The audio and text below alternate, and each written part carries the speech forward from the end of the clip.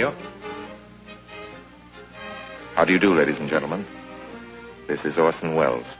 I'm speaking for the Mercury Theater, and what follows is supposed to advertise our first motion picture.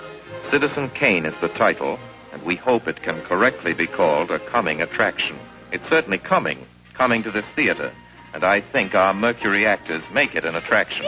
I'd like you to meet them. Speaking of attractions, well, the chorus girls are certainly an attraction, but frankly, ladies and gentlemen, we're just showing you the chorus girls for purposes of ballyhoo. It's pretty nice ballyhoo. But here's some of our real Mercury people. This is the first time you've seen most of them on the screen. Hey, give Joe a little light. Thanks. Now smile for the folks, Joe. Smile. Joseph Cotton, ladies and gentlemen. That's it. Joseph Cotton. I think you're going to see a lot of him. Here's Ruth Warwick, whom I know you love. Ruth. Look at the camera, Ruth. We caught Ruth with her hair up. And here's somebody you've all heard on the radio, so I don't have to tell you he's wonderful. Ray Collins.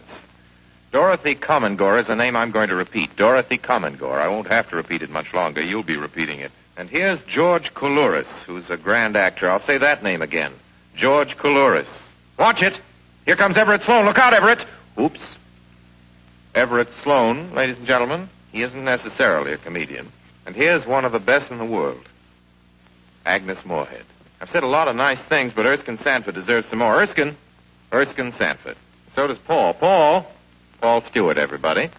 Citizen Kane is a modern American story about a man called Kane, Charles Foster Kane.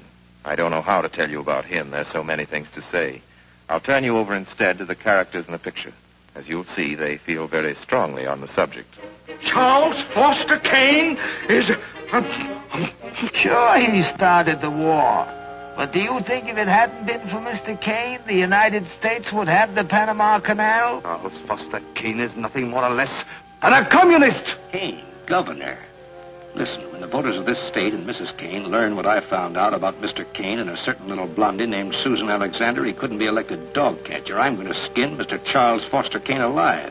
I'm going to marry him next week at the White House. Emily, I hear you've been stepping out with Charlie Kane. Of course I love him.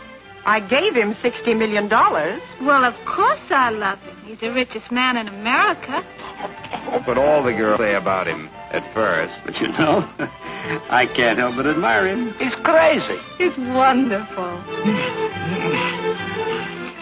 Ladies and gentlemen, I don't know what you'll think about Mr. Kane. I can't imagine. You see, I play the part myself. Well, Kane is a hero and a scoundrel, a no account and a swell guy, a great lover, a great American citizen, and a dirty dog. It depends on who's talking about him. What's the real truth about Charles Foster Kane?